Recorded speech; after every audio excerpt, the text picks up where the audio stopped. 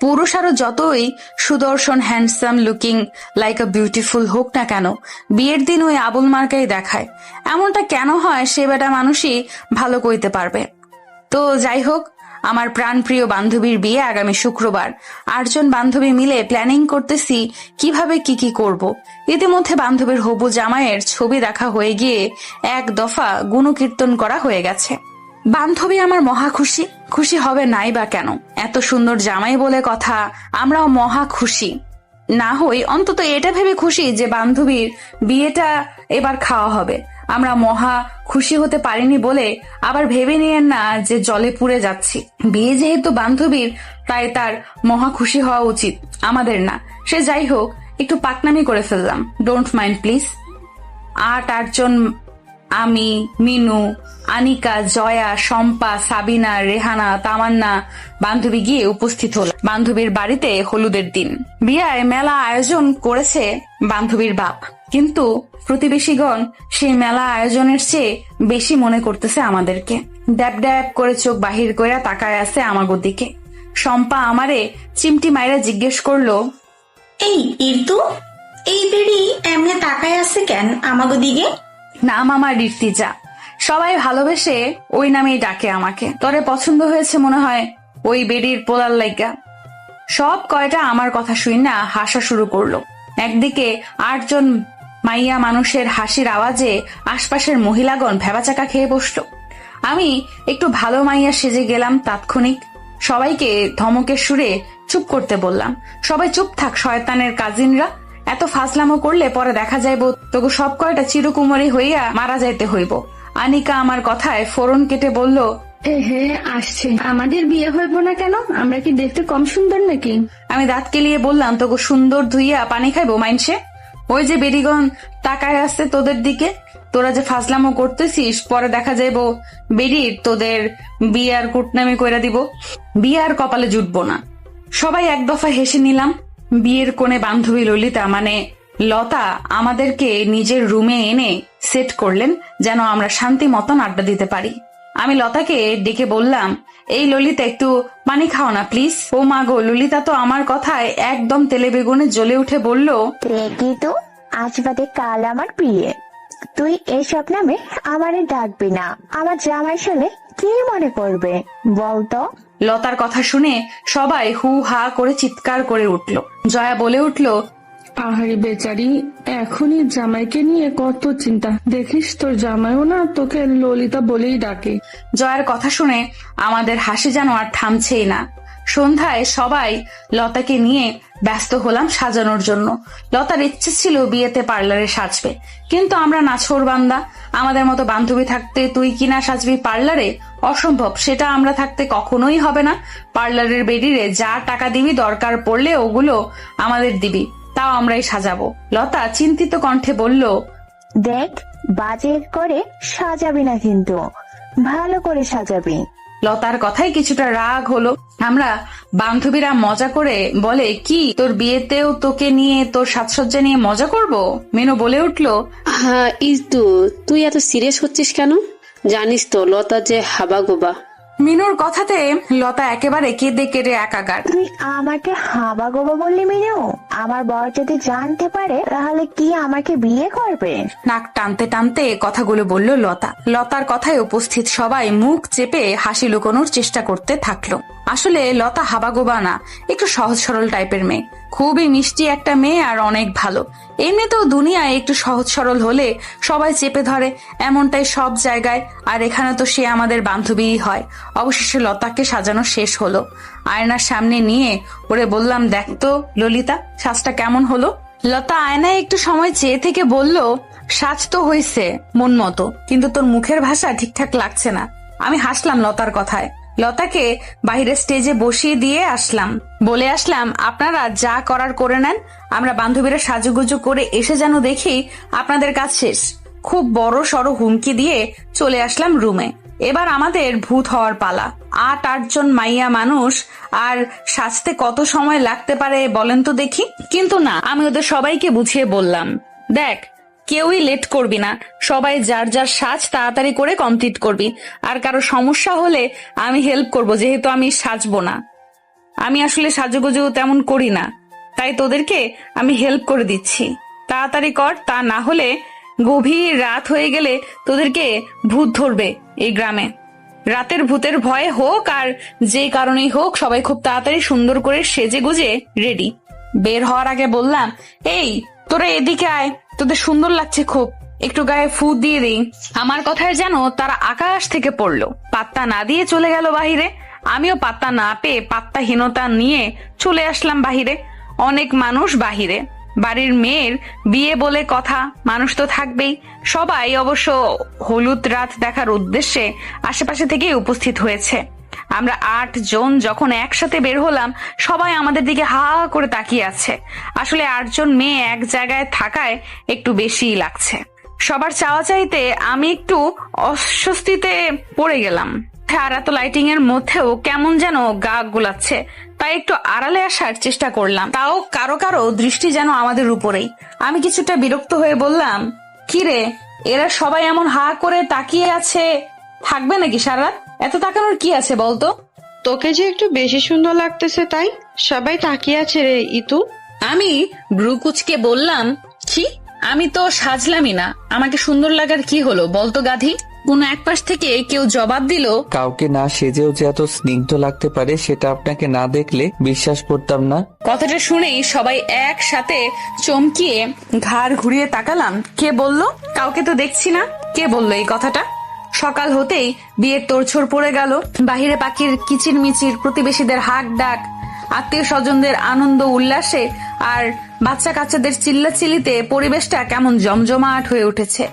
এদিকে আমরা তো চিল্লাচিল্লিতে আর ঘুমোতে পারলাম না। ইচ্ছে না থাকা সত্ত্বেও উঠতে হলো আমাদেরকে। আমরা উঠে পড়লাম। শম্পা লতাকে ডেকে নিল। এর মধ্যেই আমি বারণ করলাম লতাকে যেন না জাগায়। বেচারি মাঝরাত পর্যন্ত হলুদের কোণে সেজে বসেছিল সঙ্গের মত। বিরক্ত লাগলেও প্রকাশ করার অনুমতি নেই। বিয়ে বলে কথা, এক একজন আসছে আর ফটোশুট করছে, এই ছিল কাহিনী। অবশ্য গতকাল রাতে ভালো ঘুম হয়নি কারোরই, তাও আমরা উঠে গেলাম। লতা না হয় আরেকটু ঘুমিয়ে নেক, আজকে আবারও ওর উপর দিয়ে ধকল যাবে। আমার এই বড় মানুষের মতো কথা শুনে সবাই আমাকে এক দফা পচিয়ে নিল। অবশ্য তাতে আমার কিছু যায় আসে না। সকালের খাবার ইতিমধ্যে সবার শেষ। বিয়ে বাড়িতে তো হট্টগোল থাকবেই, কিন্তু এই মুহূর্তে আমার এসব আর ভালো লাগছে না। মাথাটা কেমন ঝিমাচ্ছে। কাল রাতে ঘুম হয়নি, মূলত এইটাই তার কারণ। আর এত মানুষজনের ভিড়ও আমার তেমন পছন্দ নয়। আমার কেবল নিরিবিলিতেই থাকতে ভালো লাগে। শম্পাকে এইসবই বলছিলাম। লতা এসে বলল, তাহলে তোরা একটু বাড়ি থেকে বের হয়ে আমাদের পুকুর পাড় থেকে হেঁটে আয়, ভালো লাগবে। লতার একজন কাজিনকে সাথে নিয়ে আমরা চলে আসলাম লতাদের পুকুর পাড়ে। আহা, এত শান্তি এখানে, স্নিগ্ধ বাতাস যা মন ছুঁয়ে যায়। পুকুরের পানি স্বচ্ছ, একদম টলমল করছে। পুকুরের এত সুন্দর পানি দেখে আনিকা বায়না ধরলো এখানে যেন গোসল করা হয়। অর্ধেক রাজি হলো আর কেউ কেউ রাজি হয় নাই। আমিও অবশ্য রাজি হইনি। এই খোলামেলা পরিবেশে গোসল করা সম্ভব নয়। তারপর আবার বিয়ে বাড়ির কত লোকজন আছে। পুকুর পাড়ের অনেক গাছগাছালির মধ্যে ফলের গাছ ছিল কিছু, যেখান থেকে আমরা প্রায় অর্ধেক শেষ করে বাড়ির দিকে রওনা দিলাম। বর চলে আসছে, সবার রেডি হওয়া প্রায় শেষ। লতাকেও সুন্দর করে সাজিয়ে দিলাম আমরা। লতার কিছু কাজিন এসে আমাদেরকে বলল, আপু, আমরা বরকে ঘেটে ধরবো কিনা? ওর কথা শুনে আনিকা বলে উঠল, সে যাবে। আমি এক থমকেই সবাইকে থামিয়ে দিলাম। লতার কাজিনদের বুঝিয়ে বলে দিলাম, আমরা এখান থেকে কেউই যাচ্ছি না। আর তোমাদের জন্য উপদেশ থাকবে, তোমরা যাওয়ার দরকার নাই, কোনো ছেলেকে পাঠাও, বাকিটা তোমাদের ইচ্ছা। লতা বলল, কি হতো গেলে, যেতে না হয় একটু? বিয়েতে তো আনন্দ করবি, তুইও যাবি না, ওদেরও যেতে দিবি না। আমি বললাম, আমি যাব না মানে ওরাও যাবে না। নিজের ভালো করব আর এদের ভালোটা চাইবো না? বাদ দে তোরা, এসব বুঝবি না। এক দফা তর্ক বিতর্ক করা শেষ, আর করা যাচ্ছে না, তাই লতাকে পাঠিয়ে দিলাম স্টেজে। খাওয়া দাওয়া শেষ করলাম। এবার বান্ধবীর বরকে একটু দেখে আসার সময় হলো। সবাই মিলে গেলাম একটু দেখতে। বর দেখে তো আমরা সবাই অবাক হয়ে গেলাম। এমন কেন লাগতেছে বেটারে? শম্পা তো বলেই ফেললো, কি এটা বর? এমন কেন লাগতেছে? ছবিতে তো হ্যান্ডসাম লাগছিল। আমি ওরে থামিয়ে দিয়ে বললাম, আরে ওই যে বললাম না, বেডা মানুষ আরো যতই স্মার্ট হ্যান্ডসাম হোক না কেন, বিয়েতে তাদের লুকিং লাইক আ ছাগল মনে হয়। বিয়েতে ক্লিন শেভ দিয়ে টিয়ে একেবারে বাজে অবস্থা। যাই হোক, অনেক আলোচনা করলি এই ব্যাটারে নিয়ে, চল এখানে আর থাকা লাগবে না, অনেক মানুষ এখানে, ফাঁকা কোনো জায়গায় যাই। ইরতু, তুই এত ফাঁকা জায়গায় কেন খুঁজিস বলতো? আমার গুণধর বান্ধবী আমাকে শুধালো এই কথা। আমি বললাম, আমার মানুষজনের এত ভিড় ভালো লাগে না, সেটা কি তুই জানিস না? সবাই একসাথে বলে উঠলো, ওপস ইরতু তুই একটা নিরিবিলি। আমাকে ওরা এটাই নিকনেম দিয়ে দিয়েছে, নিরিবিলি। বিয়ে মানে যেমন আনন্দ, তেমনি বিচ্ছেদের অন্যতম কষ্টের কারণ। এত বছর মা বাবা ভাই বোন এত কাছের আত্মীয় স্বজনদের ছেড়ে নতুন মানুষদের সাথে নতুন জায়গায় থাকতে হবে, ব্যাপারটা ভাবলেই কেমন দম বন্ধ হয়ে আসে। কিন্তু কি আর করার, মেয়েদের নিয়মটাই যে এমন, এই নিয়ম মেনে সবাইকে চলতে হয়। কয়জনই বা নিয়মের বাইরে যায়। আর এই বিয়ের সবচেয়ে কষ্টের সময়টা হচ্ছে বিদায়ের সময়টা। লতাও আমাদের মাঝে বিদায় নেওয়ার সময় হয়ে গেছে। কি যে কষ্টের ব্যাপার বোঝার মতো না। কত হাজারো স্মৃতি লতাকে নিয়ে, আমরা কত মজা করতাম এই লতাটাকে নিয়ে। আমাদের বন্ধুত্বের মাঝে লতাই চলে গেল আগে। এত আনন্দ শেষ করে এখন পরিবেশটা কেমন চাপা কষ্টে দম আটকিয়ে আছে মনে হচ্ছে। লতাকে বিদায় দিয়ে রুমে এসে ব্যাগ গুছিয়ে নিচ্ছি সবাই। এখন আমাদের সাথে যেতে হবে, আমরা থেকে আর কি করব। কিন্তু এর মধ্যেই লতার আম্মু এসে আমাদেরকে জড়িয়ে ধরে কান্না করতে লাগলো। আমার মেয়ে চলে গেছে বলে তোমরাও চলে যাবে আমাকে একা রেখে? তোমরা লতাকে এনে দিয়ে তারপর না হয়ে যেও মা, থেকে যাও আজকে, যেও না। আন্টির এমন আবদার আমরা কেউই ফেলতে পারলাম না। কলেজ বন্ধ থাকায় কারো কোনো সমস্যা হলো না, সবাই বাসায় জানিয়ে দিল ব্যাপারটা। আমরা থেকে গেলাম। তবে লতাকে ছাড়া কেমন ফাঁকা ফাঁকা লাগছে। সবাই রাতে একসাথে আড্ডা দিচ্ছি লতাদের সেই পুকুর পাড়ে। লতার কাজিনরাও আছে আমাদের সাথে। রাতের স্নিগ্ধ বাতাস, খুব ভালো লাগছে পরিবেশটা। আড্ডার মাঝে হঠাৎ আমার ফোনের দিকে নজরটা গেল। ফোনটা ছিল আমার পাশেই, তবে নিচে রাখা ছিল। কলার সাথে নজর দিলাম ফোনটার দিকে, কিন্তু তাকিয়ে দেখলাম ঠিক ফোনের স্ক্রিনের উপরে একটা চিরকুট রাখা। সবার নজর আমার ফোনের উপরে, কলার সাথে ওরা তাকিয়েছিল। কিন্তু তখনই ফোনের আলো জ্বলে ওঠার সাথে সাথে চিরকুটটা দেখে ফেললো। সবাই কোনো রকম লাফিয়ে পড়লো চিরকুটটা দেখার জন্য। আমি সবাইকে থামিয়ে দিয়ে বললাম, থাম, আমি দেখাচ্ছি। প্রিয় বিহঙ্গ, ভয়ঙ্কর রকমের মায়াবতী আপনি। জাস্ট এইটুকুই লেখা ছিল। সবাই হা হু করে উঠলো, কিন্তু আমি আবারও অবাক হলাম। আর মনে মনে ভাবছি, কে এসে? লতার বিয়ের 2 দিন হয়ে গেল। লতাদের বাড়িতেই আছি আমরা এখনো। আগামীকাল লতাকে এনে দিয়ে চলে যাব। এখানে সবাই মিলে ভালোই সময় যাচ্ছে। সবাই মিলে আড্ডা দিচ্ছি, মাঝে মাঝে লতাকে মিস করছি। তবে হুট করে ওই অচেনা মানুষটা যে কই থেকে এসে একটু খোঁচা মেরে চলে যায়, সেটাই বুঝতে পারছি না। এই বিষয়টাই মাঝে মাঝে ভাবাচ্ছে আমাকে। আমার বান্ধবীরাও অবশ্য এটা নিয়ে অনেক ভাবনা চিন্তা করছে, কিছুই পায় নাই। কে সে, এটাই এখন মনের একমাত্র ভাবনা। যাই হোক, বিষয়টাকে এতটাও পাত্তা দেওয়া উচিত হবে না ভেবে চেপে গেলাম। যার দরকার পড়বে সে নিজে এসে ধরা দেবে, আমরা তো চিন্তা করে লাভ নেই। আজ লতার শ্বশুর বাড়িতে যাচ্ছি সবাই মিলে। আমরা 8 জন বান্ধবী আর লতার অনেকগুলো কাজিন মিলে সুন্দর করে রেডি হলাম। বান্ধবীর শ্বশুর বাড়ি বলে কথা, আমাদের ভাবসাবি তো আলাদা রকমের। সবাই রেডি প্রায় শেষ।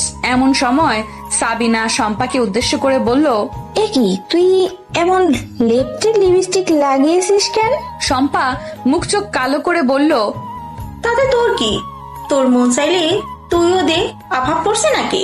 ও পাশে আবার আনিকা মিনুকে বলে উঠল, কিরে মিনু, পারফিউমের ডিব্বা কি খালি করে ফেলছস নাকি? এত পারফিউম দেয় কেউ? শম্পা বলে উঠল, মিনু মনে হয় পারফিউম দিয়ে গোসল করে ফেলছে।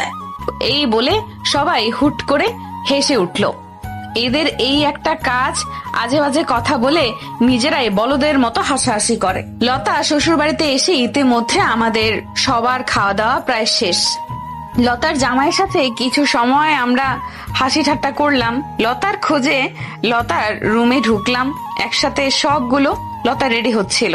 শম্পা বরাবরই একটু সোজা সাপটা টাইপের। হুট করে সবার সামনে জিজ্ঞেস করে বসলো, কিরে ললিতা, তোর জামাই তোরে বাসর রাইতে কি উপহার দিল? শম্পার এমন আহাম্মকের মতো প্রশ্ন শুনে রুমে থাকা প্রতিটি প্রাণী ইঁদুর গর্ত খুঁজতেছিল লুকানোর জন্য। তা না করে উপায় আছে?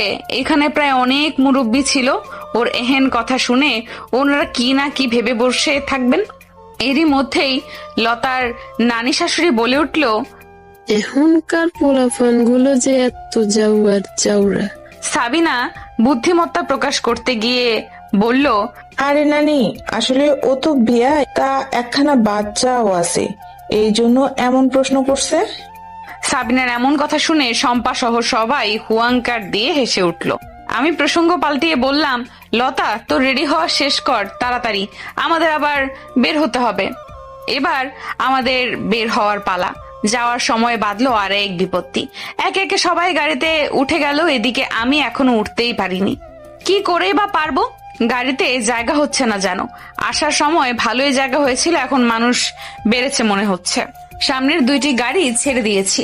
আমার বান্ধবীরা হয়তো বুঝতেও পারেনি যে ওদের ঠেলাঠেলিতে আমি গাড়িতেই উঠতে পারিনি। এদের মধ্যে দেখলাম লতার জামাই আমাকে ইশারায় ডাকলো। আমি কাছে গিয়ে দেখলাম ওদের গাড়িতে আমি যেতে পারবো, ওদের গাড়িটাই ছিল। উপায় না দেখে ওদের গাড়িতেই উঠতে হলো। পেছনের সিটে আমি, লতার আর ওর হাজবেন্ড বসেছি। সামনে ড্রাইভার বাদে আরো একজন আছে, কিন্তু লোকটা এমন ভাবে বসেছে যে তাকে স্পষ্ট দেখা যাচ্ছে না।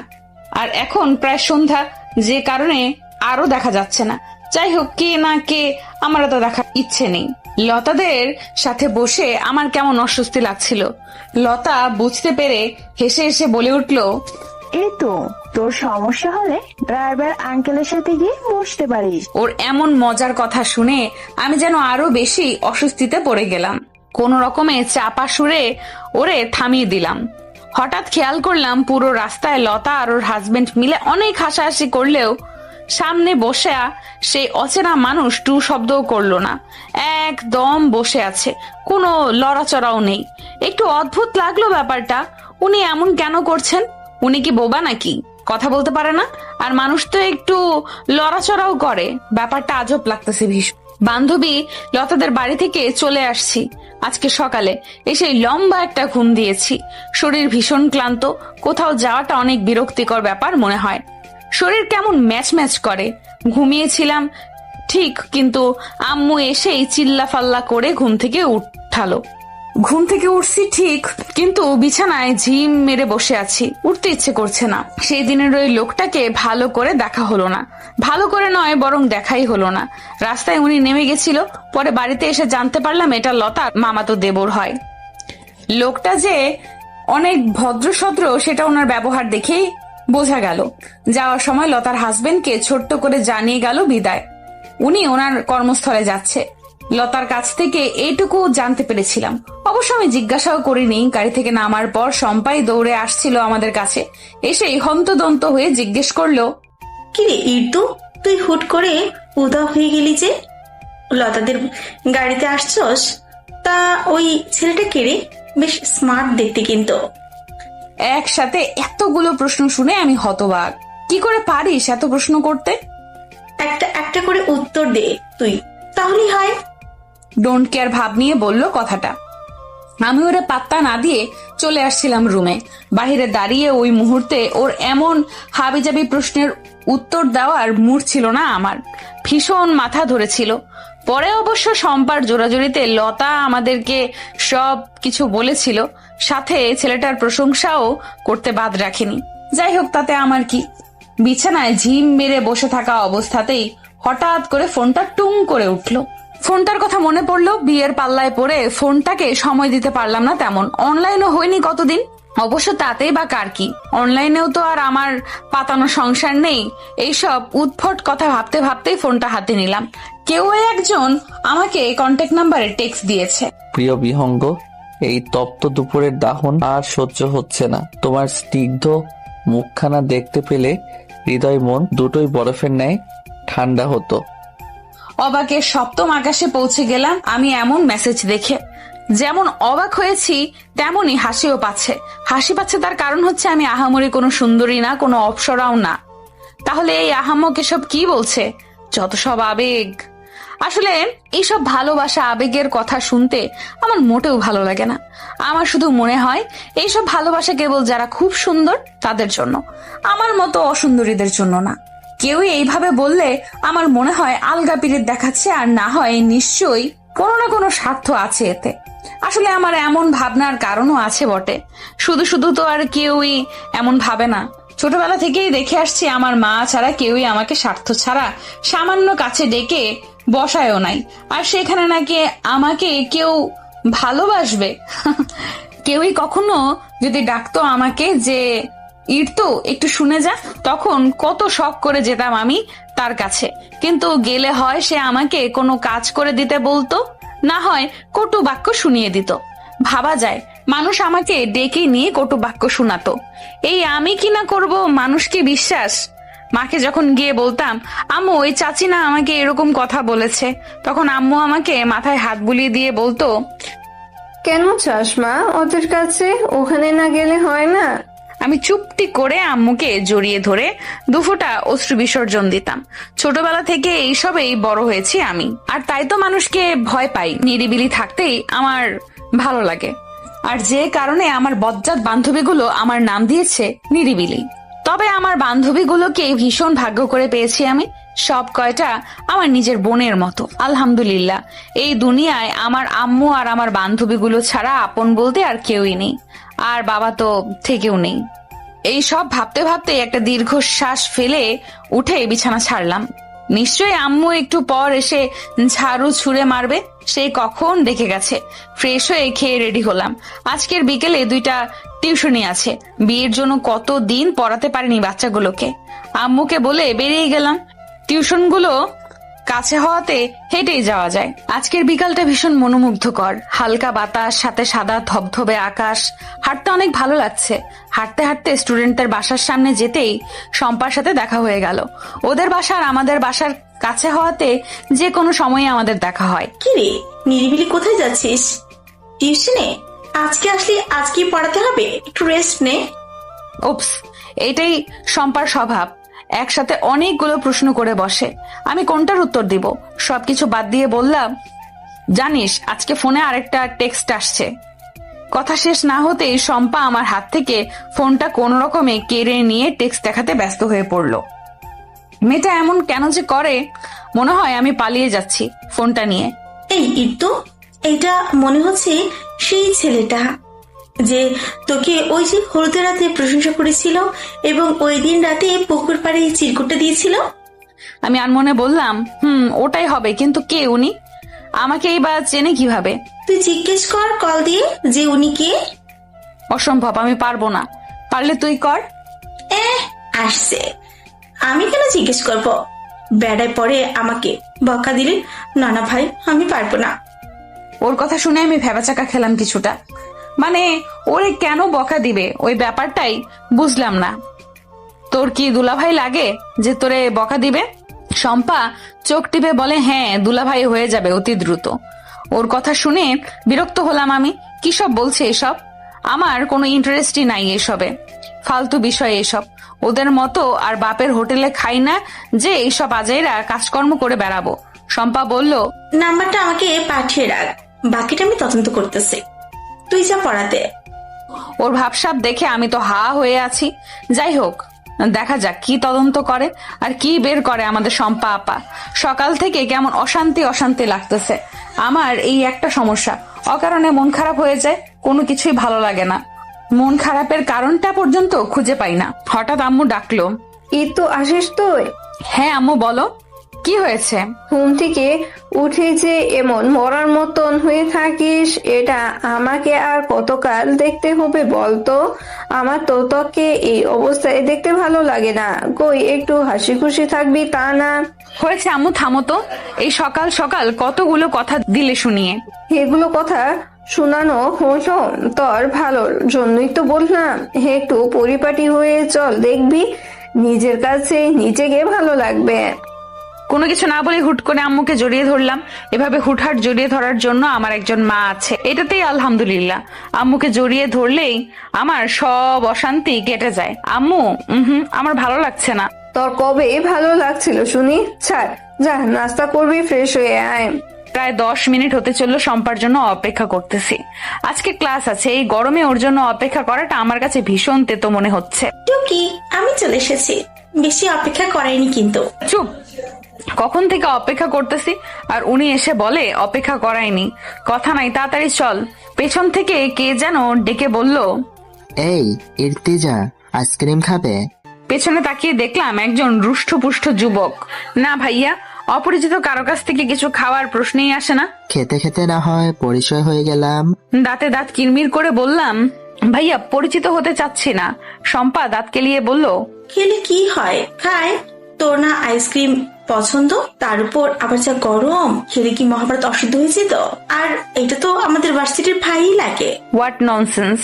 আমি কেন অপরিচিত কারো কাছ থেকে কিছু খাবো? তুই কি পাগল হয়েছিস শম্পা? আর পছন্দ বলেই ওনার থেকে খেতে হবে? দরকার পড়লে কিনে খাবো। উফস ইটু, তুই না একটা জাতা। তোর কপালে যে কি আছে বুঝবি মজা তখন। ও হ্যাঁ, মনে পড়ছে, ওই নাম্বারটা নিয়ে তদন্ত করেছিলাম তো। কি হলো, পেয়েছিস? কে সে? পেয়েছি, কিন্তু তোর এমনি এমনি কেন বলবো? ট্রিট দে। আমাকে পাগল মনে হয় তোর? আমি কেন ট্রিট দিব? তুই এত কিপটামি করিস কেন? তোর এই ফালতু খবর শুনতে হলে তোকে ট্রিট দিতে হবে আমাকে? দরকার নাই, তোর মতো বাপের হোটেলে খাই না। অনেক ঝগড়াঝাটি করে ক্লাসে এসে দেখি সবাই আমাদের দিকে হা করে তাকিয়ে আছে। কি ব্যাপার, কি হলো? শম্পা বলে উঠলো, কি রে ইটু, আজকে কি আমাকে একটু বেশি সুন্দর লাগতেছে নাকি? সবাই যেভাবে তাকায় আছে। শম্পু, তোর এই দিবা স্বপ্ন রাখ, দেখ আগে ঘটনা কি। এর মধ্যেই সাবিনা, মিনু, তামান্না, রেহানা সবাই এসে আমাদের সাথে জড়ো হলো। ওদেরকে জিজ্ঞেস করলাম, কি রে কি হয়েছে? রেহানা এসে বলল, ইতু, তোর জন্য আজকে পাশের ডিপার্টমেন্টের একটা ছেলেকে একটু আগে এক হিরো এসে মেরে হসপিটালে পাঠিয়েছে। আমি তো ওর কথা শুনে স্তব্ধ হয়ে গেছি। আমার কারণে মানে? কি করেছি আমি? আমি তো কাউকে কিছু নিয়ে নালিশও করিনি। আমি মনে হয় ব্যাপারটা বুঝে গেলাম, চুপ হয়ে আছি। শম্পা বলল, আমরা আসার সময় তো একটা ছেলে আইসক্রিম খেতেই বললো ঋতুকে, কিন্তু আমরা আসতে আসতে ওই পোলা আয়সা মায়ের খেয়ে হসপিটালও চলে গেল। মিনু বলল, আরে তোরা তো হেঁটে আসলি, আর ওরা তো বাইকে ছিল। মাঠে এসে উড়াদুরা মায়ের, আর বলতেছে কখনো কাউকে আইসক্রিম খেতে বলবি? এই হলো কাহিনী। আবার নিজের ছেলেদের এই পিটিয়েছে হসপিটাল এডমিট করার জন্য। ইর্তিজা চুপচাপ শুনে শান্ত ভঙ্গিতে বলল, কিন্তু উনি কে আর এগুলো কেন করছে? আমি তো চিনিও না। এর মধ্যেই মিনু কিছুটা চিল্লিয়ে বলল, ওই যে দেখ দেখ, ওটাই সে। সবাই নিচে তাকিয়ে দেখলো। একজন যুবক যাকে দেখে বোঝার উপায় নেই যে সে একটু আগেই কোনো ছেলেকে মেরে হসপিটালে পাঠিয়েছে। কাঁধ সমান চুলগুলো কাটিং করা, মুখে দাড়ি, চেহারাটা ছিমছাম, কেমন কবি কবি লাগে, সাথে ইনোসেন্টও লাগে। তাকে দেখে মনে হয় না যে তার এত রাগ। সাবিনা বলল, এটা তো আমাদের এলাকার ইভান ভাইয়া। এর মধ্যে ইর্তিজা কিছুটা লাফিয়ে নেমে পড়লো নিচে। বাকিরা বোঝার আগেই নিচে চলে গেল। আগে টের পেলে আটকে রাখতো, যেতে দিত, কিন্তু এখন হাতের নাগালের বাহিরে। ইর্তিজা সবগুলো ছেলের সামনে গিয়ে দাঁড়ালো। ইর্তিজাকে দেখে সবাই কেমন সরে গেল। বোঝাই যাচ্ছে ওরা আগে থেকেই ওকে চেনে। সবাই একটু দূরে গিয়ে দাঁড়ালো। ইভান ঠিক আগের জায়গায় দাঁড়িয়ে আছে। কাউকে অন্যায় ভাবে মারা ঠিক নয়। আশা করি এতটুকু বোঝার বয়স আপনার হয়েছে। আর আপনি যদি সত্যি আমার কারণে মেরে থাকেন, তাহলে আপনাকে এই অধিকার কে দিয়েছে? আমি কি সেটা জানতে পারি?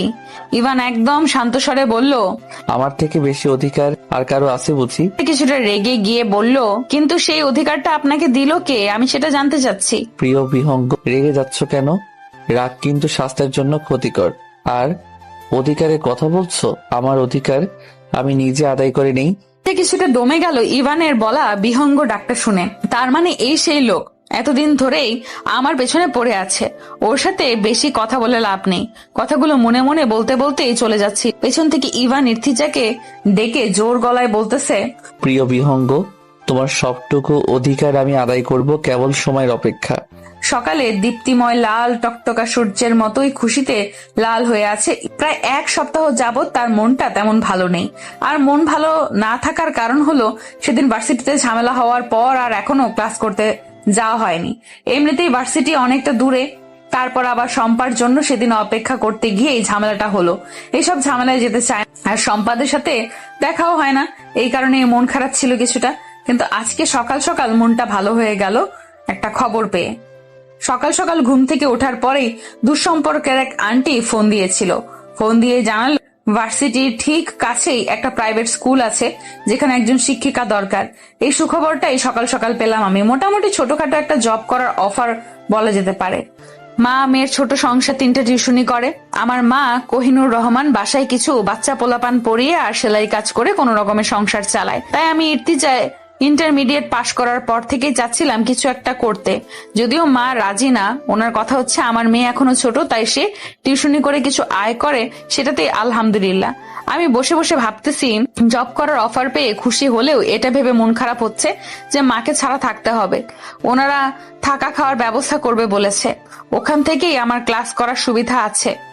এদিকে মা তো জব করারই অনুমতি দিবে না, আর মাকে ছেড়ে গিয়ে অন্যত্র থাকার কথা শুনলে তো স্ট্রোক করবে মনে হচ্ছে। মা এসে দেখে আমি কিছু ভাবছি।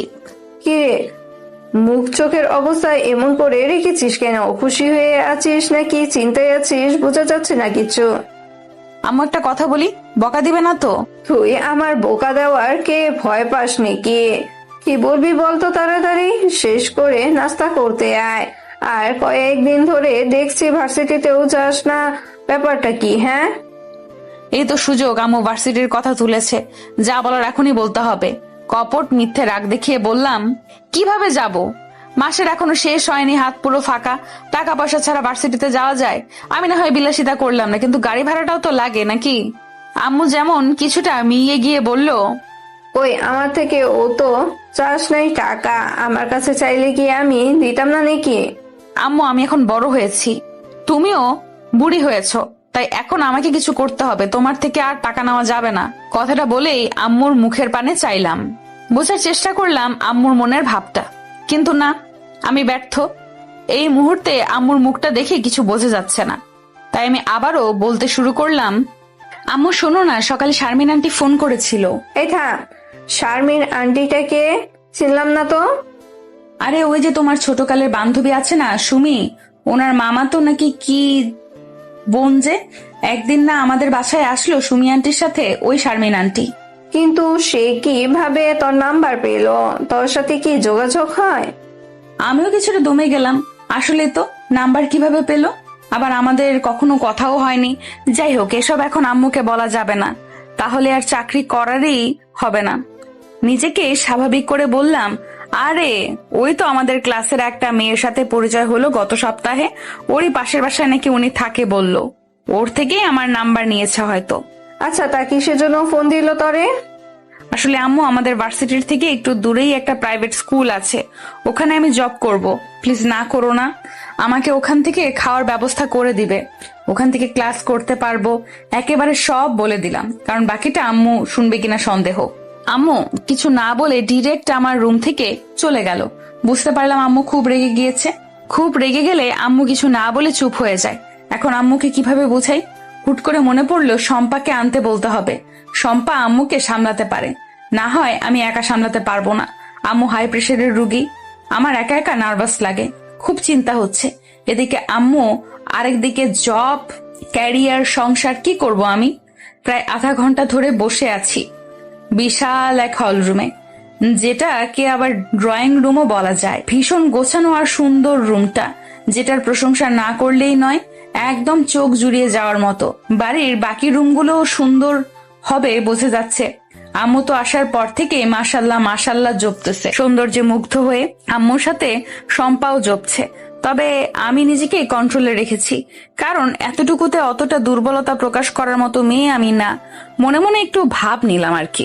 যাই হোক, এইখানে আসার সময় গেট পেরিয়ে ভেতরে ঢোকার সময় দারোয়ান চাচা আমাদের উদ্দেশ্যে সুন্দর করে সালাম দিয়ে স্বাগতম জানিয়েছিল, তাই ওই সালামের শান্তি এখনো বিরাজমান মনে হচ্ছে। রাস্তার এক পাশে কাঙ্ক্ষিত বাসাটি, চারপাশে দেওয়াল দেওয়া, শুধু থাকার জন্য দোতলা এই বাড়িটি রয়েছে, আর সবটা জুড়েই আছে শারমিন আন্টির বলা সেই প্রাইভেট। তবে শারমিন আন্টি ভুল ইনফরমেশন দিয়েছিল, এটা মূলত প্রাইভেট স্কুল হলেও প্রাকৃতিক অর্থে এটা একটা অনাথ আশ্রম, শুধু যাদের বাবা মা নেই সেই বাচ্চাদের জন্য। তবে সুন্দর ব্যাপারটা হচ্ছে এখানে অনেকটাই স্কুলের মতো করা হয়েছে। এই ছোট্ট প্রতিষ্ঠানে যেটার জন্য আলাদা শিক্ষক শিক্ষিকা নিয়োগ দেওয়া হচ্ছে, আর বাচ্চাদের থাকা খাওয়ার ব্যবস্থা করা হয়েছে আলাদা দোতলা করে 2টা বিল্ডিং এ। ওখানে আবার ওদের দেখাশোনা করার জন্য অন্য কেয়ারটেকার রয়েছে, আর একটা 2তলা বিল্ডিং রয়েছে যেটাতে আমার মতো স্টুডেন্ট প্লাস শিক্ষিকাদের থাকার সুব্যবস্থা। সব মিলিয়ে খুব সুন্দর একটা ব্যাপার। এখানে আসার পর এই ইনফরমেশন গুলোই সংরক্ষণ করেছি। আর সবচেয়ে নজর কাড়া বিষয় হচ্ছে পুরো বাড়ি জুড়ে ফুল আর ফুল, পাশে ফুলের বাগানও আছে। ফুল তো আমার অনেক প্রিয়, মনে হচ্ছে বাড়িটাকে যেন সাজিয়েছে আমি আসবো বলে। দারোয়ান চাচার দেখিয়ে দেওয়া রুমে এসে বসার পর থেকে কাউকে দেখতে পাচ্ছি না। শুধু একজন মহিলা এসে বলে গেল, আপনি বসেন একটু, খালাম্মা নামাজ শেষ করে আপনাদের লগে দেখা করব। শম্পা বলে উঠল, আপনার খালাম্মা এই সকাল 10টা বাজে কিসের নামাজ পড়ে? মহিলাটা কিছু না বলে চলে গেছে। এদিকে আম্মু শম্পার দিকে চোখ বড় করে তাকিয়ে আছে এরকম প্রশ্ন করাতে আমি শম্পাকে 2টো থাপ্পড় মেরে বললাম, এমন টাইপের চারশতের নামাজ পড়ে হয়তো উনি। চারশতের নামাজের নিয়ম সাধারণ নফল নামাজের মতোই। সূর্য 1/4 উপরে উঠলে গ্রীষ্মকালে 9টা থেকে 10টা, আর শীতকালে 10টা থেকে 11টার সময়ে চারশতের নামাজ পড়তে হয়। শম্পাকে মা মেয়ে মিলে জ্ঞান দিছিলাম। এমন সময় একজন ভদ্রমহিলা রুমে প্রবেশ করে আমাদের সবার উদ্দেশ্যে সালাম দিলেন। আসসালামু আলাইকুম। আম্মু সালামের জবাব দিল, ওয়ালাইকুম আসসালাম ওয়া রাহমাতুল্লাহি ওয়া বারাকাতুহু। ভদ্রমহিলা, আপনাদেরকে অনেকটা সময় বসিয়ে রাখলাম, কিছু মনে করবে না আপা? না না, কিছু মনে করিনি আপা, কি মনে করব? আমার দিকে উদ্দেশ্য করে বলল, এটা বুঝি ইর্তিজা? আম্মু বলল, হ্যাঁ, এটাই আমার মেয়ে ইর্তিজা। এরপর কিছুটা মিনমিনিয়ে বলল, আপনি এত সহজে চিনে ফেললেন যে? আগে দেখা হয়েছিল বলে তো মনে হচ্ছে না। অবশ্য আমিও কিছুটা অবাক হয়েছি ওনার এত কনফিডেন্স দেখে। ভদ্রমহিলা হাসি হাসি মুখে জবাব দিল, আরে কি যে বলেন না আপা, আমার কাছে একটা মেয়ে আসবে আর আমি তার সম্পর্কে কিছু না জেনে কিছু না ভেবে কি আর আসতে বলেছি? একটু একটু খোঁজ খবর নিয়েই আপনার মেয়েকে ডেকে পাঠিয়েছি। আম্মু যেন কিছুটা সান্ত্বনা পেল ওনার যুক্তিতে। অবশ্য আমিও একটু পেয়েছিলাম। আম্মু আর সেই ভদ্র মহিলা আলাপ করছে। এমন সময় আমার ফোনে টুং করে শব্দ হলো। সবার মাঝে বসে আছি, ইচ্ছে না থাকা সত্ত্বেও জানি না কেন ফোনটা চেক করলাম। আর আমি এক মুহূর্তের জন্য যেন জমে যাচ্ছিলাম ফোনের স্ক্রিনে তাকিয়ে। আমার অবস্থাটা শম্পা মনে হয় টের পেল। কিরে, কি হয়েছে? চল তো একটু আড়ালে যাই। আম্মুকে বললাম আমি একটু বাহিরে যাই আম্মু। আম্মু ধমক দিয়ে বলল, বাইরে কই যাবি? চিনিস না জানিস না, বসে থাক চুপ করে। জানতাম একা ছাড়লে এমন করবি, এই জন্যই একা ছাড়ি না, কোথাও সাথে এসেছে। আম্মু যে এত কথা শোনাবে সেটা আমি ভাবতেও পারিনি। ভদ্রমহিলা বলল, আরে আপা, এসব কি বলছেন? মেয়েটা কে? একটু বাইরে যাবে, তাতে কি এমন হয়ে যাবে বলেন তো? আমার মেয়েটা থাকলেই তো ওদের নিয়ে ঘুরতো। সে তো কলেজে গিয়েছে, ওদেরকে যেতে দেন, কিছু হবে না। আমার বাড়িতে কোনো রকম ভয় নেই। ওনার কথা শুনে আম্মুর উপর কিছুটা রাগ করেই শম্পার হাত ধরে চলে আসলাম বাহিরে। আসার পরেই শম্পা লাফিয়ে উঠল, ইর্তু, কি হয়েছে বল বল, তোকে এত নার্ভাস লাগছে কেন হুট করে?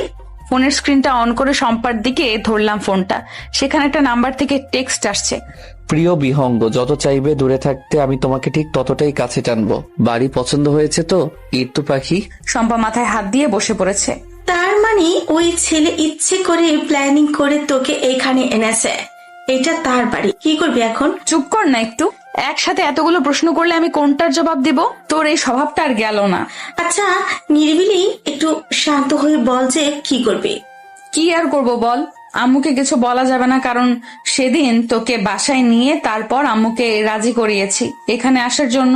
আম্মু আমার সাথে চলে আসছে দেখে যাওয়ার জন্য যে আমি কেমন পরিবেশে আসছি, আর তুই তো দেখছিসই। আম্মুর চোখ মুখ দেখেই বোঝা যায় যে সে প্রায় রাজি। আর ওই ভদ্রমহিলা বলেছে যে আম্মুকেও এখানে নিয়ে আসার ব্যবস্থা করবে। এটা শুনে তো আম্মু আরো খুশি। এখন যদি আম্মুরে বলি যে চলে যাব, থাকবো না, তাহলে অবস্থাটা কি হবে বুঝতে পারছিস? তা তো বুঝতেই পারছি। এখন করবিটা কি? আর এত ভয় পাওয়ারই বা কি হলো বলতো? নিশ্চিত ওই ভদ্রমহিলা ওনার মা হবে। দেখ, ওনাকে তো অনেক ভালো মনে হয়, আর আমিও তো আছি তোর সাথে। তুই তো আমাকে নিয়ে এসেছিস তোর সাথে থাকতে। চিন্তা করে তো কিছু হবে না জানি, যা হওয়ার হয়েছে, আর যা হওয়ার তাই হবে। আমিও দেখতে চাই ওই বেয়াদ্দপ ছেলে কি করতে পারে। আর এখন বুঝতে পারছি যে শারমিন আন্টি আমার নাম্বার কোথায় পেল। আম্মুরে তো মানানোর জন্য মিথ্যা বলেছিলাম যে বান্ধবীর থেকে নিয়েছি। আচ্ছা, তুই ওর নম্বর ব্লক করছিস না কেন? তোর মনে হয় শম্পা যে আমি ওনার নাম্বার ব্লক করিনি? যতটা নাম্বার দিয়ে নক দিয়েছে সব নাম্বার ব্লক করে দিয়েছি। সে প্রতিবার নতুন নাম্বার দিয়ে টেক্সট করে। এমন বজ্জাত একটা ছেলে কেন যে আমার পেছনে পড়লো? দুনিয়ায় এত মেয়ে থাকতে কি করব এখন? সময়টা গ্রীষ্মকাল, বাহিরে নীলচে আকাশ, উজ্জ্বল প্রখর রোদ্দুর। এখন সকাল সকাল সূর্যের আলো অনেক বেশি প্রখর হয়ে যায়, তাপ বেশি থাকে। আমি আমার ছোট এবং সুন্দর গোছানো রুমটায় বসে আছি। আম্মুকে অনেক মনে পড়ছে। গতকালই আম্মু চলে গেছে। বাড়িওয়ালি আন্টি বলেছে কিছুদিন পর আম্মুরে এখানে নিয়ে আসার ব্যবস্থা করবে। আমি যেন মন খারাপ না করি, কিছু লাগলে যেন ওনাকে জানাই, এগুলো বলেই আমাকে সান্ত্বনা দিয়েছিল গতকাল। এখন আমি আম্মুর আসার অপেক্ষায়, যদিও অপেক্ষা করতে হবে বহুদিন। আম্মু ছাড়া এই দুনিয়ায় আমার আর কেউই নাই যে আমি তার জন্য অপেক্ষা করব। তাই আমার সবটা আমার আম্মুই। এই সব কিছু ভাবতেছিলাম এমন সময় হঠাৎ শম্পা ওয়াশরুম থেকে বের হয়ে কিছুটা চিল্লিয়ে বলে উঠল, কি রে, তুই কান্না করছিস কেন? আমি অনেকটা ভয় পেলাম ওর চিল্লানোতে। বুকে 2-3 বার ফু দিয়ে বললাম, সমস্যা কি তোর? কই কাচ্ছি আমি? আর এত চিল্লাস কেন সবকিছুতে? একটু আস্তে করে কথা বলা যায় না? আচ্ছা কুল কুল, কান্না করিস না, ঠিক আছে। তবে তোর চোখে পানি টলমল করছে তো? আন্টিকে মনে পড়ছে? আমার তো আমার মাকে মনে পড়ছে, কিন্তু তোর মতো তো ভ্যা ভ্যা করে কাঁদছি না। যাই হোক, মন খারাপ করিস না। তোর হবু শাশুড়ি তো বলেছে তোর আম্মুরে নিয়ে আসার ব্যবস্থা করবে। শম্পার কথা শুনে আমি শতভাগ হতবম্ব হলাম। এগুলো কি বলছিস তুই? মাথা ঠিক আছে তোর? হবু শাশুড়ি মানে কি? হ্যাঁ, ওমা, বুঝতেছিস না? বাড়িওয়ালি আন্টি তো ইভানের আম্মু। সেটা কি ভুলে গেলি? আর সে শুধু বাড়িওয়ালি না, পাশাপাশি তুই যে প্রতিষ্ঠানের শিক্ষিকা হচ্ছিস সেটার প্রিন্সিপাল। দেখ শম্পা, উনি আমার প্রিন্সিপাল, আমি এতটুকুই মানি। তুই আর ওসব ফাউল কথা বলে আমাকে রাগিয়ে দিস না প্লিজ। দরজার ওপাশ থেকে কেউ একজন বলে উঠল, ইর্তিজাপুর রাগও আছে বুঝি? আমি আর শম্পা দুজনেই দরজার দিকে তাকালাম। ঠিক পুতুলের মতো একটা মেয়ে দাঁড়িয়ে আছে। মাশাআল্লাহ, মেয়েটা এত সুন্দর, ওর কাছে নিজেকে কাক মনে হচ্ছে। যাই হোক, মেয়েটারে চিনতে পারলাম না, আগে দেখি নাই বলে কথা, চিনব কি করে? ইতিমধ্যেই সে বলে উঠল, ভিতরে আসতে বলবে না? আমি আর শম্পা দুজন একসাথে বলে উঠলাম, হ্যাঁ আসো আসো। সে 1 সেকেন্ডও দেরি না করে রুমে এসে খাটের এক কোনায় বসে পড়লো। তারপর হাসতে হাসতে জিজ্ঞেস করলো, নিশ্চয় আমাকে চিনতে পারো নাই? পরিচয়টা দিচ্ছি তাহলে। আমি হলাম ইভা মির্জা, মিস্টার সাখওয়াত মির্জা ও মিসেস কোহিনুর মির্জার একমাত্র মেয়ে, আর ইভান মির্জার একমাত্র আদরের। আমার বুকটা কাঁপতেছে ইভার পরিচয় শুনে। জানি না কেন এমন হচ্ছে, হয়তো সেই ইভানের জন্যই আমার এই অবস্থা। শম্পা কিছুটা লাফিয়ে পড়ার মতো বলল, ও আচ্ছা আচ্ছা, তা তোমাকে তো দেখলাম না। আসলে আপু, কালকে কলেজ থেকে ফেরার পথে এক ফ্রেন্ডের বাসায় গিয়েছিলাম কিছু কাজে, তাই বাসায় ফিরতে লেট হয়ে গিয়েছিল। আমু বলেছিল তোমাদের কথা, রাতে আসতে পারি নাই বলেই সকাল সকাল চলে আসলাম তোমাদের দেখতে। আর আজকে কলেজে যাব না, সারাদিন তোমাদের সাথে আড্ডা দিব। এক নাগারে কথাগুলো বলে এবার আমাকে উদ্দেশ্য করে প্রশ্ন করলো ইভা, ইতিজাপু, রাতে সমস্যা হয়নি তো? ঘুম ভালো হয়েছে তো? আমি হাসার চেষ্টা করে মুখে বললাম, না সমস্যা হয়নি তেমন। আর মনে মনে ভীষণ অবাক হচ্ছে এটা ভেবে যে এই মেয়ে এত শিওর হয়ে আমাকে চিনল কিভাবে। আগে তো দেখা হয় নাই আমাদের। আমি যে ইর্তিজা, সে এতটা শিওর কিভাবে হচ্ছে? তাহলে কি? না না, আর ভাবতে পারছি না এসব। এর মধ্যে ইভা বলল, আরে আপু, আমি তো তোমাদের ডাকতে এসেছিলাম। আমু পাঠিয়েছে নাস্তা করার জন্য তোমাদের ডাকতে, বলেছে এই 2 দিন তোমাদের মেহমান তোমরা, তারপর থেকে না হয় নিজেরা যা করার করবে। এগুলো বলেই তারা দিল যাওয়ার জন্য। কিন্তু আমার একটু ইচ্ছে করছে না যেতে, ভয় লাগছে কেমন। শম্পা আমাকে বলল, কিরে চল যাই, খিদে পেয়েছে তো। আমি ওর দিকে চোখ বড় বড় করে তাকালাম। আমার অবস্থা বুঝতে পেরে ম্যাকি হাসি দিয়ে বলল, কিছু হবে না ইর্তু পাখি, চলো। এখন আমার আরো বেশি বিরক্ত লাগছে, কিচ্ছু করার নাই, যেতে হবে ভেবেই রওনা হলাম। আমাদের বিল্ডিং এর পাশেটাই ওদের বাসা। মাঠের এক পাশ দিয়ে 2-3 মিনিট হেঁটে ওদের বাসার মেইন রোডে পৌঁছলাম। মেইন রোডে বড় করে লেখা সুখালয়। মনে মনে ভাবছি ভীষণ সুন্দর তো লেখাটা, কিন্তু গতকাল চোখে পড়ে নাই। তবে বাহিরের গেটে যে ছিল মির্জা ভিলা, ওইটা আবার দেখেছিলাম। পুরো বাড়িটা আসলেই অনেক সুন্দর। যাই হোক, এত কিছু ভাবতে ভাবতে মেইন রোড পেরিয়ে সেই সুন্দর ড্রয়িং রুমটার দেখা পেলাম। আমি যথাসম্ভব পিঁপড়াদের মতো হাঁটছি। এর মধ্যে ডাইনিং টেবিল থেকে আন্টি বলে উঠল, কি রে, কখন পাঠিয়েছি? এতক্ষণ সময় হলো তোদের? তাড়াতাড়ি আয়। ইভা বলল, এই তো আম্মু চলে এসেছি তো। ইতিমধ্যে ডাইনিং টেবিলে নজর পড়তেই আমি শক্ট খেয়েছি। আমার পা থেমে গেল আর সামনে এগোতে ইচ্ছে করছে না। শম্পার হাত জাপটে ধরেছি। শম্পায় ব্যথায় হাত ছাড়িয়ে নেওয়ার চেষ্টা করছে, কিন্তু লাভ হচ্ছে না। ইভান টেবিলের ডান পাশের একটা চেয়ারে বসে এক মনে খাচ্ছে। ওনার দিকে তাকাতেই যেন আমার ভয় হচ্ছে। সেদিন ভার্সিটিতে রাগের মাথায় কি জানি বলে ফেললেন, এখন বা পরে ওনার সামনাসামনি কিছু বলার সাহস আমার হবে বলে মনে হচ্ছে না। ওনারে কেন জানি আমার ভয় লাগে। শম্পাকে মিনমিনিয়ে বলছি, শম্পা কিছু কর প্লিজ। আন্টি ডেকে বলল, ও মা, তোমরা ওখানে দাঁড়িয়ে আছো কেন? এখনো আসো এদিকে। আমি পাটা একটু পিছিয়ে নিয়ে দৌড় দিব ভাবছি, এমন সময় আন্টি আবার বলে উঠল, এই ইফতাজা, কি হয়েছে? ওদিকে যাচ্ছ কেন? খেতে আসো, ওখানে দাঁড়িয়ে আছো কেন? শম্পা বলল, না মানে আন্টি ওই আর কি, ওর তোতলানো দেখে আন্টি ভেবেছে ওয়াশরুমে যাব, ব্যাস হয়ে গেল। আন্টি বলল, ও আচ্ছা, ওয়াশরুম যাবে? ওই তো বাম দিকে যাও, ওয়াশরুম পেয়ে যাবে। আমি বলে উঠলাম, না আমি ওয়াশরুমে যাব না। শম্পাও সাথে সাথে বলে উঠল, আমিও তো যাব না। আমাদের এই কাহিনীতে সবাই হতবাক হয়ে একজন আরেকজনের চোখাচোখি করছি। অতিরিক্ত নার্ভাসনেসের কারণে আমরা কি বোকামি টাইনা করে বসলাম। সকলের নীরবতায় ফাটল ভেঙে দিয়ে ইভা জোরে হেসে উঠল। ওর হাসি দেখে আন্টি সহ আমরা সবাই হেসে উঠলাম। আমি একটু লুকিয়ে ইভানের দিকে তাকালাম, সেও হাসছে কিনা দেখার জন্য। দেখলাম সে যথাসম্ভব হাসি লুকিয়ে রেখে খাচ্ছে। আজ ইভা কলেজ যাবে না, আমাদেরও যেতে দিবে না বলে মনস্থির করেছে। আজ সারা দিন তার সাথে আড্ডা আর ঘুরোঘুরি করতে হবে বলে জানিয়ে দিয়েছে আমাদের। সকালের নাস্তা খেয়ে চলে আসছি রুমে। আপাতত একটু রেস্ট নিয়ে পরে আড্ডা দেওয়া যাবে, আর রুমটাও একটু ঘুরিয়ে নিতে হবে। এমনিতে তো রুমটা মাশাআল্লাহ খুব সুন্দর, কিন্তু তাও একটু এদিক সেদিক করে মনের মতো করে নিব। আমি আবার এইসব ব্যাপারে খুব সেন্সিটিভ। আর এদিকে আমাদের শম্পা আফা বয়ফ্রেন্ডের সাথে কথা বলা নিয়ে মহা ব্যস্ত। তার আবার রুমটুম নিয়ে কোনো মাথা ব্যথা নাই। গোয়াল ঘরেও সে গরুর মতো ঘুমোতে পারবে, শুধু পারবে না বয়ফ্রেন্ডের সাথে কথা না বলে ঝগড়া করে ঘুমাতে। হঠাৎ আমার ফোনটা বেজে উঠলো। আম্মু কল দিয়েছে। আসসালামু আলাইকুম আম্মু, কেমন আছো তুমি? ওয়ালাইকুম আসসালাম, আলহামদুলিল্লাহ ভালো আছি মা, তুই কেমন আছিস? ওখানে ভালো লাগছে তো? আলহামদুলিল্লাহ ভালো আছি মা, তবে তোমার জন্য মন খারাপ হচ্ছে খুব। এতটুকু বলেই থামলাম, কারণ এই মুহূর্তে আম্মুকে যেন আরো বেশি মনে পড়ছে আর কান্না পাচ্ছে।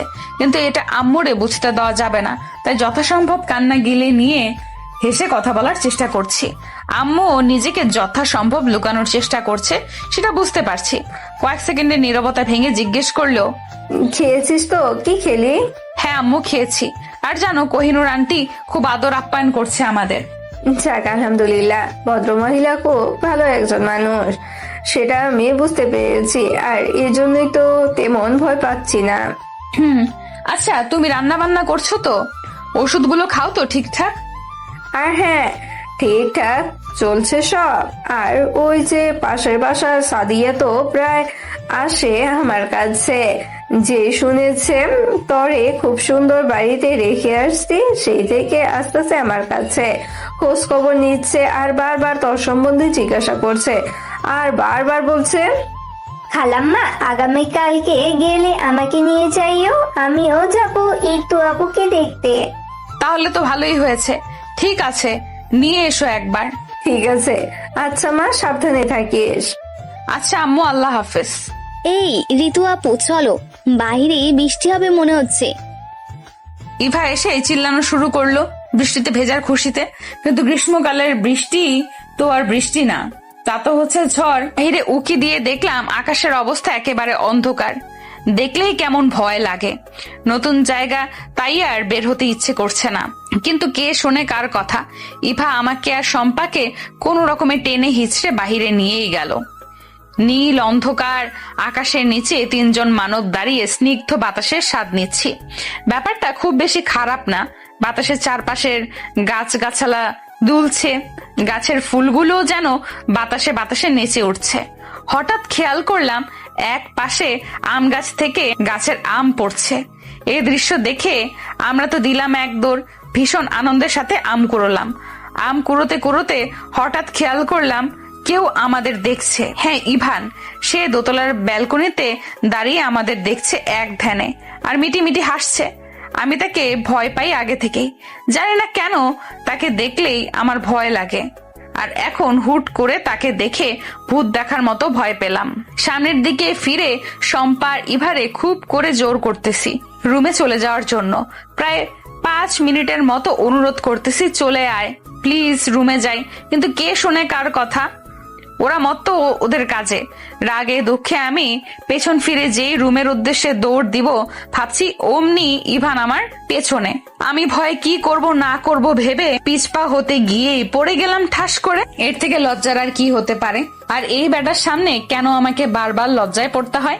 ওপস, আল্লাহ উঠায় নাও আমারে। কি লজ্জা, কি লজ্জা! বলি কিভাবে? আমি কিভাবে পড়েছি এটা কি এখন আমি আবার পরে তোমাকে দেখাবো নাকি? বজ্জাত, ওঠা আমাকে। ইভা আর শম্পা আমাকে টেনে তুললো। এদিকে ইভান সাহেব 2 হাত প্যান্টের পকেটে রেখে ভাব নিয়ে দাঁড়িয়ে থেকে মজা নিচ্ছে। এই ঝড়ের মধ্যে সে এমন একটা ভাব নিয়ে দাঁড়িয়েছে, মনে হচ্ছে কিছুই হয়নি। না হচ্ছে ঝড়, আর না আমি এখানে পড়ে আছি। ওনার ভাবসাবে এমনটাই মনে হচ্ছে। দুঃখ, কষ্টে, রাগে, লজ্জায় আমি আবারও দৌড় লাগালাম রুমে। শম্পা ওদের সাথে মজা নিয়ে একটু পর আসলো আমার পেছনে পেছনে। ঋতু, যা যা, ফ্রেশ আয়। আহারে, মেয়েটা পড়ে গেল। মজা নিয়ে কথাগুলো বলতেছে শম্পা আমাকে। ওর কথা শুনে আমার রাগ একদম মাথায় উঠে গেল। এ যা তো সামনের থেকে সর, ঠং। তখন এত করে বললাম চলে আয়, কিন্তু কে শুনে কার কথা? যা, এখন আসতেছিস কেন? তখন চলে আসলে তো আর আমাকে পড়তে হতো না। ওরে বাবারে, এখন আমাদের দোষ হলো বুঝি? তোরে দৌড়াতে বললো কে? দৌড়াতে গেলি কেন তুই? ওই বেটা ইভানের যত দোষ। এখন আবার তার দোষ? তোর আশেপাশে যারা থাকবে তাদেরই দোষ, আর তোর কোনো দোষই নাই। সে কি বলছে তোকে দৌড়াতে? তাকে দেখলেই তোর দৌড় দিতে হবে কেন? সে কি তোরে খেয়ে ফেলবে? আচ্ছা হয়েছে, যা। বুঝতে পারছি তুই রাজাকার মীর জাফর আমার বন্ধু হয়ে আরেকজনের পক্ষ নিচ্ছিস। আচ্ছা হয়েছে হয়েছে, যা তো ফ্রেশ হয়ে আয়, ভর্তা করে আম খাবো। তুই খা, তোর আম খাবো না আমি। কি ঋতু, চল। কই যাব? ও মা, আম খাবি না? এত কষ্ট করে উষ্টা খেয়ে পড়ে আমগুলো লি। দেখ, মেজাজ খারাপ করিস না আর, যা খা গিয়ে তুই তোর আম, আমি খাবো না। আরে ঋতু পাখি, রাগ করে না প্লিজ। তোকে ছাড়া আমি কিছু করি নাকি বল? আয় না প্লিজ। আচ্ছা, তোকে খেতে হবে না, শুধু আমার সাথে চল। কই যাব? আম তো রুমে বসেই খাওয়া যায়, এটার জন্য আবার অন্য কোথাও কেন যেতে হবে? আরে তুই তো নিরামিষ কেন বলতো? রুমে বসে আম খাবো? বাইরে এত সুন্দর ওয়েদার রেখে ছাদে গিয়ে খাবো আর আড্ডা দেওয়া হবে। সেই একটা সুন্দর ওয়েদার, এখন বৃষ্টির পর ওয়েদার সুন্দর হয়, সেটা বুঝি জানিস না? তোরা আড্ডা দে, যা। আমি গেলে আমাকে আবার লজ্জায় পড়তে হবে। আরে ইভান তো থাকবে না, সে থাকলে তুই লজ্জায় পড়তি নাকি? সে কখনোই থাকে না, তবে চলে আসে পরে। শম্পা জোর করে আমাকে শেষমেশ নিয়েই এলো ছাদে। সত্যি বলতে ছাদের দৃশ্যটা একেবারে মনোমুগ্ধকর। এত সুন্দর ওয়েদার, আহা শান্তি। এই সুন্দর ওয়েদারে আমার মনটা হুট করেই ভালো হয়ে গেল। হালকা হালকা লাগছে এখন। ছাদের একপাশে শম্পা আর ইভা মিলে আম কেটে প্রস্তুত করছে খাওয়ার জন্য। আকাশের দিকে তাকিয়ে থাকতে থাকতে হঠাৎ পেছনে পুরুষালী কণ্ঠ শুনে চমকিয়ে তাকালাম। ওমা, আবার ইভান! পৃথিবীতে কঠিন কোনো কাজ থাকলে সেটা হচ্ছে আমাদের ইভানের মন বোঝা। তার মুড কখন কেমন থাকে কিংবা থাকবে সেটা মনে হয় সে নিজেও জানে না।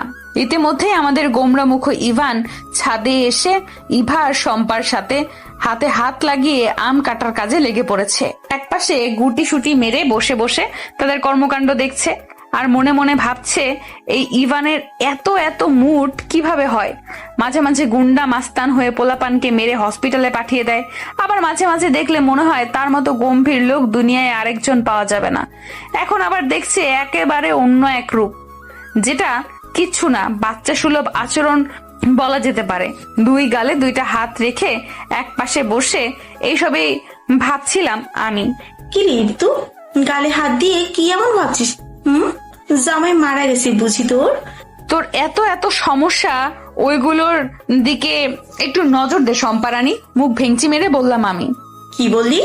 কি সমস্যা আমার? এই যে একসাথে এতগুলো প্রশ্ন করিস, কতবার বলেছি তোর এই সমস্যাটা চেঞ্জ কর।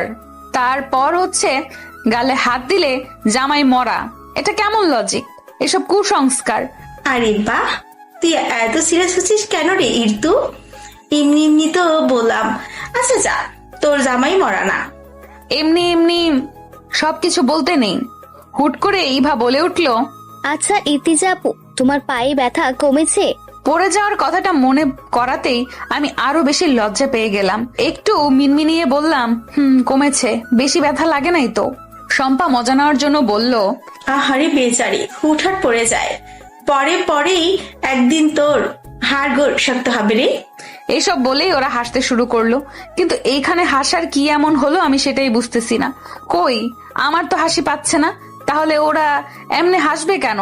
হাসি থামিয়ে ইভা আর তার ভাই ইভানের উদ্দেশ্যে বলল, আচ্ছা ভাইয়া, তুমি না ইতিজা আপুর সাথেই ছিলা, তো তুমি থাকতে সে পড়ে যায় কিভাবে? একটু ধরতে পারলে না?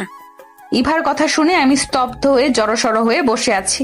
2 সেকেন্ড নীরবতার পর ইভান কিছুটা আয়েশ করেই বলে উঠল, ধরতে গেলে ছুতে হতো, হালাল করেই ছুতে চাচ্ছি, হারাম অবস্থায় না। এমনি সে আমাকে গুন্ডা মাস্তান ভেবে বসে আছে। ইভা অবাক নয়নে ইভানের দিকে তাকিয়ে জিজ্ঞেস করলো, তুমি কি এমন করছো যে তোমাকে ইতিজা আপু গুন্ডা মস্তান ভাবতে গেল? তোমরা কি পূর্ব পরিচিত? এত বেশি বুঝতে নেই বনু, আগে বড় হও তারপর বুঝো। বলে মুচকি হেসে ছাদ থেকে চলে গেল ইভান। এইদিকে বিস্ফোরিত নয়নে সবাই চোখাচোখি করছে। শম্পা পরিবেশ শান্ত করার জন্য বলল, এই বাদ দে তো এসব, চল আম খাই। আমার কার্যদিবস শুরু হয়ে গেছে ইতিমধ্যেই। সকাল 7টা থেকে 9:30 পর্যন্ত ক্লাস করায় বাচ্চাদের। তারপর এখান থেকেই ডিরেক্ট ভার্সিটিতে চলে যাই। ভার্সিটি ক্লাস 9:45 থেকে শুরু হয়। আমি যথাসময়ে উপস্থিত থাকার আপ্রাণ চেষ্টা করি। আজ মঙ্গলবার খুব ভোরে ঘুম থেকে উঠলাম আমি। ফজর নামাজ শেষ করে সুন্দর সকাল উপভোগ করার উদ্দেশ্যে বাহিরে বের হলাম একা। শম্পা এখনো ঘুমিয়েই আছে, তা না হলে তাকে নিয়েই আসা যেত। রুম থেকে বের হলেই মাঠে এসে দেখলাম পুরো মাঠ আর তার আশপাশ একেবারে স্তব্ধ হয়ে আছে। মাঝে মাঝে মৃদু বাতাস ভেসে আসছে অজানা কোনো দিক থেকে। আমি বাগানের কাছে গিয়ে দেখলাম আজ বাগানে একটু বেশি ফুল ফুটেছে। ফুল ভীষণ ভালোবাসি আমি। ফুল ভালোবাসে না এমন কেই বা আছে? আজ বাগানে নতুন ফুলের আগমন যে, এত ফুলের মাঝে এ যেন এক আস্ত একটা গোলাপের তোড়া। তবে সেই তোড়াটা হলো কালো গোলাপের তোড়া, বুঝেছেন সাহেব? জি বুঝেছি সাহেবা। তবে আপনি কি জানেন না, কালো গোলাপ খুবই দামি, চাইলেই কিন্তু কেউ তা ছুঁয়ে দেখবে তো দূরে থাক, চোখের দেখাও দেখতে পারে না। তোমার মাঝে আছে পৃথিবীর সম্পূর্ণ স্নিগ্ধতা, তোমার মুখশ্রীতে ছড়িয়ে আছে মুগ্ধতা। তুমি পৃথিবীর সবচেয়ে সুন্দর ফুলের উপমা। আমি কালো গোলাপি ভালোবাসি প্রিয়তমা। সকালে স্কুল শেষ করেই ভার্সিটি চলে আসি আমি, সাথে শম্পাও আসছে। ক্লাসে এসেই সাবিনা, মিম, আনিকা আর জয়া সহ সবার দেখা পেলাম। প্রিয় বন্ধুদের দেখলে মনটা নিমেষেই ভালো হয়ে যায় যেন আমার। সবাই একসাথে আড্ডা জুড়ে দিয়েছে। এইদিকে আমি বসে বসে আনমনে ভাবছি সকালের সেই অপ্রত্যাশিত মুহূর্তের কথা, ইভানের বলা সকালের সেই প্রেমালাপ। অবশ্যই ইভান অল্পভাষী মানব, সে কথা কম বলে ঠিক, কিন্তু অল্প কথায় অনেক কিছু বুঝিয়ে দেয়। যে বুঝতে পারে সে সফল, আর যে বুঝতে পারে না সে নিঃসন্দেহে ব্যর্থ। কিন্তু আমি ভাবছি ইভান না হয় প্রেমালাপ আরম্ভ করলো, কিন্তু আমি কেন জবাব দিলাম? কেন আমি ফের কিছু বললাম? আমার কাছে এগুলো কেমন একটা অবাস্তব লাগছে, কারণ আমি ইভানকে সম্পূর্ণ এড়িয়ে চলার চেষ্টায় থাকি। নিজের সাথে নিজেই এক প্রকার যুদ্ধ করে আওড়াচ্ছি। এই ছেলেকে আমি পছন্দ করি না, তাই এই ছেলের কোনো কিছুই আমি সহ্য করব না। কোন রকম জোর করেই মনকে এসব মানতে বাধ্য করছে, কিন্তু আদৌ কি মন এগুলো মানছে? মেয়ে মানুষের মন যে ভীষণ নরম। আমার ভাবনায় ঢিল ছুঁড়ে দিয়ে সাবিনা বলে উঠল, কি ব্যাপার তো, তুই এত কি ভাবছিস? চেহারা দেখে তো মনে হচ্ছে কোথাও ফেঁসে গেছিস। কি হয়েছে বলতো?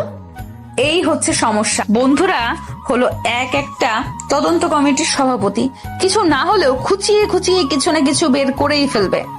আমাকে কিছু বলার সুযোগ না দিয়ে শম্পা বলে উঠল, কি ব্যাপার ইর্তু রানী, স্বপ্নে ইভান ভাই আসছিল নাকি রে? এই জন্যই তো বলি ইর্তু পাখি এত তাড়াতাড়ি ঘুমের দেশে পাড়ি জমাতে চাই কেন। এখন বুঝলাম, সেই দেশে যে রাজকুমারের সাথে দেখা সাক্ষাৎ হয়। এগুলো বলেই সবাই অট্ট হাসিতে ভেঙে পড়লো। খুব বিরক্ত নিয়ে বললাম, ছি, আস্তাক ফিরুল্লাহ, এইসব কি বাজে কথা বলছিস শ্যাম্পু? ওমা, বাজে কথা বুঝি? কোনটা ভুল বললাম শুনি? আরো সেই রাক্ষসী হাসতে থাকলো ওরা। অবশ্যই বাজে কথা। বাস্তবের মানুষ স্বপ্নে কেন আসবে শুনি? সে তো বাস্তবেই কতবার সাক্ষাৎ দেয় আর তাড়াতাড়ি ঘুমিয়ে যায়, কারণ তাড়াতাড়ি ঘুমানো ভালো। এবং তোর মতো তো বয়ফ্রেন্ড পালি না রাত জেগে, তাই তাড়াতাড়ি ঘুমিয়ে পড়ি। এগুলো বলেই মুখ ভেঙচি মারলাম আমি। এবার সাবিনা, শম্পা আর আমাকে থামিয়ে দিয়ে বলল, এই শোন, তোদের এই পেঁচাল রাখতো। তোরা 2-12 মাস এইভাবে সাপে লেবলে লেগে থাকিস, কিন্তু আবার তোরাই একটা আরেকটাকে ছাড়া চলতে পারিস না। তাই এখন তোদের পেঁচাল রাখ। আর ইর্তিজা, আমাকে বলতো ইভান ভাইকে নিয়ে তোর আসলে সমস্যাটা কি? আমি অবাক হয়ে জিজ্ঞেস করলাম, আজব তো, আমার সমস্যা মানে? আমি কি তোকে একবারও বলেছি তাকে নিয়ে আমার কোনো সমস্যা? না, আমি সেই সমস্যার কথা বলছি না। সমস্যাটা হলো তুই ইভান ভাইকে এত দূর ছাড় করতেছিস কেন? শোন, তোকে ওনার সম্পর্কে বলি। ওনাকে দেখে আসলে ভীষণ সাদামাটা লাগে। ওনার উপর দেখে ভিতর বোঝার ক্ষমতা সবার আছে বলে আমার মনে হয় না। উনি এলাকার খুব ভদ্র, সুশীল আর স্মার্ট একটা ছেলে। ওনার কারণে এলাকার বখাটে ছেলেগুলো কোনো মেয়েকে উত্তপ্ত করতে পারে না। ওই যে তোকে কোন ছেলে কি একটু বলেছে বলে মেরে হসপিটালে পাঠিয়েছে, ওখানে তোর জায়গায় অন্য যে কোনো মেয়ে থাকলে ও সেই একই রকমটাই করতো। মূলত সে এলাকায় থাকলে সব মেয়েরা যেন হাঁপ ছেড়ে বাঁচে, একটু স্বাধীনভাবে চলাফেরা করতে পারে। সাবিনার বক্তব্য শেষ না হতেই ক্লাসে স্যার চলে আসতেই এখানেই সমাপ্ত হলো। আজকে শুক্রবার, ছুটির দিন। খুব ভোরে আমি ঘুমকে বিদায় দিয়েছি। তবে আজ আর রুম থেকে বের হয়ে সকাল দেখার সাহস হলো না আমার, কারণ আজকে যেহেতু ছুটির দিন, তো ইভানও বাসায় থাকতে পারে বলে শিওর হয়ে আছি আমি। শম্পাকে ডেকে ঘুম থেকে তুলে নামাজ পড়িয়েছি আজ। এখন বসে বসে ঝিমাচ্ছে শম্পা, আর আমি ভাবছি আজকে কি রান্না করা যায়। সকল স্টুডেন্টের সাথে আমারও খাবার খাওয়ার অনুমতি রয়েছে, কিন্তু আমি রান্নাটা নিজেই করে নিই। আমি যদি স্টুডেন্টদের সাথে খেয়ে নেই, তাহলে শম্পার আবার একা একা খেতে হবে। যেহেতু জবটা শুধু আমার, তাই খাওয়ার অনুমতি শুধু আমার, শম্পার নেই। তাই দুজনে মিলেই রান্না করি। তো রান্নার জোগাড় করব, এমন সময় ইভা আমাদের রুমে এসে ডাকলো, আপু, আম্মু পাঠিয়েছে আমাকে, বলেছে আজকে যেন তোমরা রান্না না করো। আজকে আমাদের বাসায় মেহমান আসবে, তাই তোমাদেরও দাওয়াত। রাতেই বলা ছিল, কিন্তু আমি আলসেমি করে আসি নাই। ভাবলাম সকালে বললেই হবে, কিছু মনে করো না। বলেই মেয়েটা হাসলো।